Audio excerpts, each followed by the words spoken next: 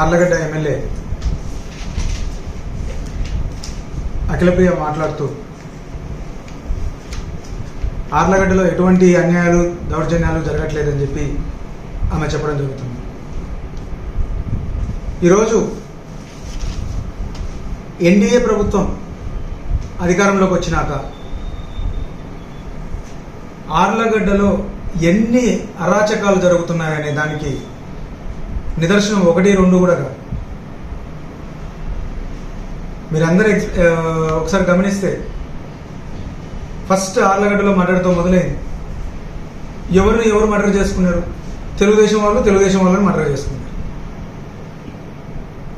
గొడవలు ఎక్కడ మొదలవుతున్నాయి? ఈరోజు ఒకరి వాళ్ళ ఆస్తుల మీదకే ఈరోజు తెలుగుదేశం నాయకులు ఎవరిది సిటీ కేబుల్ వాళ్ళదే, తెలుగుదేశం వాళ్ళదే, దాని మీదకి దౌర్జన్యంగా పోతుంది. ఈమె ఆడ కేసులు బుక్ అయింది ఎవరి మీద? ఆమె హస్బెండ్ మీదనే. భార్గవరామే ఇవన్నీ చేసేది, రౌడీజం చేసేది ఎవరో ఆస్తులు కొట్టేయాలని చెప్పి ఈమె ప్రయత్నిస్తుంది. వాళ్ళు కేసులు పెట్టుకుంటున్నారు. దానికి నిదర్శనం భార్గవరావు మీద కేసులు బుక్ అయ్యాయి. ఇంకొకటి, సరే లా అండ్ ఆర్డర్ గురించి పక్కన పెడదాం. ఈరోజు ఆర్లగడ్డలో ఎటువంటి అరాచకాలు దోపిడీలు చేయట్లేదు అంటారు. ఆమెకు దమ్ముంటే ఈరోజు నిరూపించమని చెప్పి ఏదో ఆర్డీఓని పెట్టి ఇచ్చేస్తానంట. ఒక్క మాట చెప్పానంటే ఈరోజు వసూలు చేస్తున్నారు. ఈరోజు ఇసుక చంద్రబాబు నాయుడు ఒక పక్క ఫ్రీ అంటున్నాడు. మీకు ట్రాక్టర్ ఉంటే పోయి ట్రాక్టర్ తీసుకొని ఇసుక తెచ్చుకోపోండి అంటున్నారు. తెచ్చుకుంటే ఆర్లగడ్డ లోపలికి ఎంటర్ అయ్యేటప్పటికి రోడ్డు మీద నిలబడి 2,000 రూపాయలు మాకు అఖిలమ్మకి ట్యాక్స్ కట్టాలి అనే పరిస్థితి వచ్చింది. నీకు దమ్ముంటే ఒకటే, ప్రజలకు ఒక్క మెసేజ్ చేయండి. ఎవడైనా మా పేరు చెప్పి డబ్బులు వసూలు చేస్తే ఒక్కొక్కరిని కాళ్ళు ఎరగొట్టండి అని చెప్పి చెప్పండి. ధైర్యం ఉందా? 1, 2 ఇంకొకటి అంటారు కారు కూతులు అంటారు. ఎవరు కారు కూతులు కూసేది? ఈరోజు మీరు ఎన్ని మాటలు చెప్పారు? అధికారంలోకి రావడానికి ఎన్ని కారు కూతులు కూసారు? మీరు ఒకటి ఎగ్జాంపుల్ కావాలంటారు. ఈరోజు మేమందరం కూడా ఇలాంటి మంచి పని చేస్తే సహకరించాలని ఎంతో ఆతృతతో వీళ్ళకి ఆమెను ఎంకరేజ్ చేయాలనే చూస్తున్నాం. ఎక్కడే కానీ ఆమె డిస్కరేజ్ చేయకూడదు అనుకున్నాం. ఈరోజు చూడండి,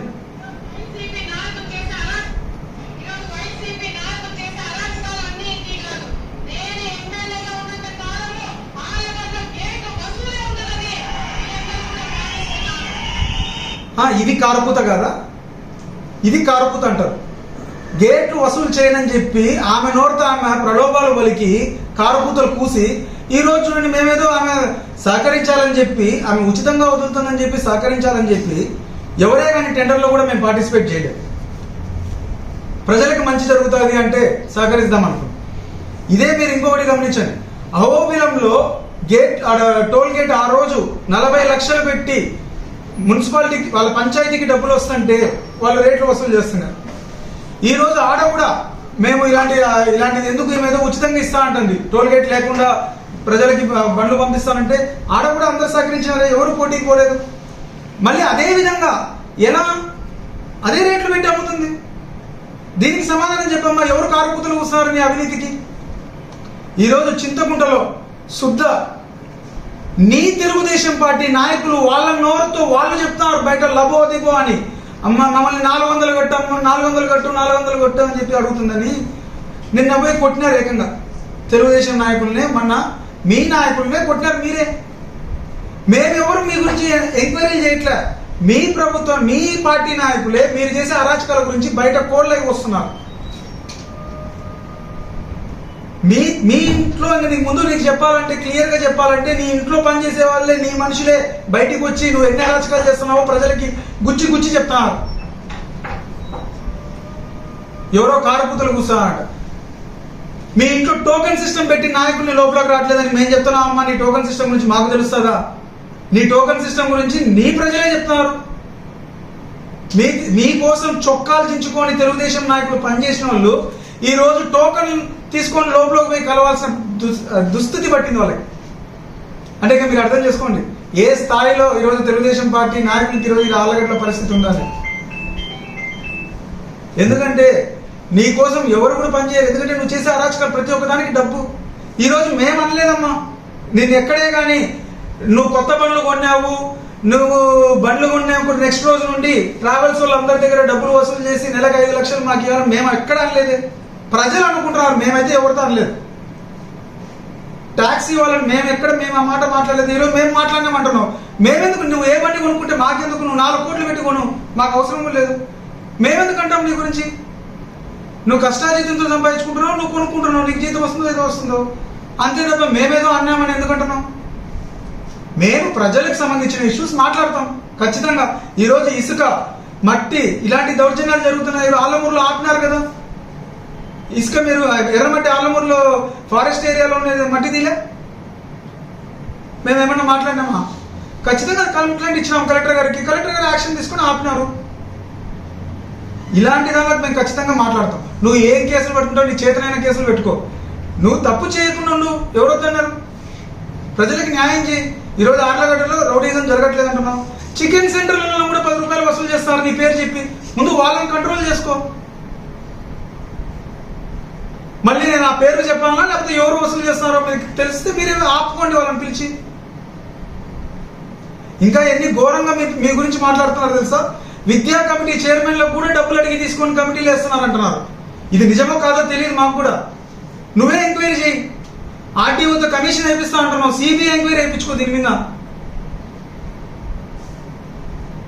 ఫీల్డ్ అసిస్టెంట్ మార్చడానికి అంటున్నారమ్మా. నీ గురించి ఎంత చెడ్డగా చెప్తున్నారో ఒకసారి ఆలోచించు. దాని మీద కూడా సిబిఐ ఎంక్వైరీ వేయించు, ఎవడైనా అట్లా వసూలు చేస్తున్నాడా అని. ఆర్టీఓ రేంజ్ సరిపోకపోతే అంత పెద్దగా వేసుకోండి. ముందు ప్రజల దగ్గర నుండి బయటకు వస్తుంది ఇది. ఏ నాయకులు మాట్లాడట్లే నీ గురించి.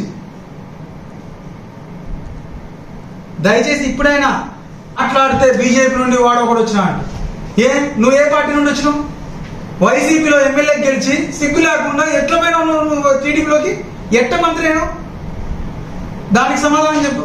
నేనేముంది, నేను పార్టీ రిజైన్ చేసినాము బీజేపీకి, టీడీపీలో వైసీపీలో వచ్చి జాయిన్ అయినాను, నేను ఉన్నాను దాంట్లో.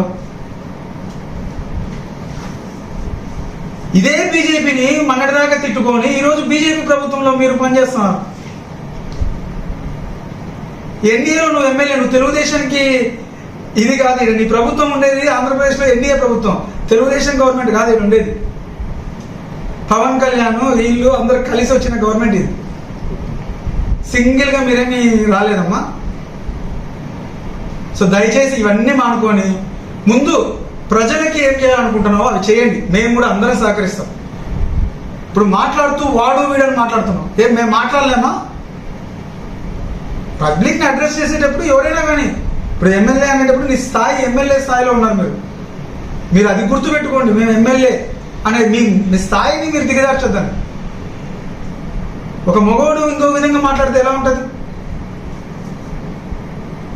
ఎవరినైనా కానీ మీరు మాట్లాడిపోయి నన్ను అంటావు అనుకో, ఏదో వేరే రిలేషన్ అనుకోవచ్చు. అందరినీ మాట్లాడితే వాళ్ళు మాట్లాడితే నీ పరిస్థితి ఏంది?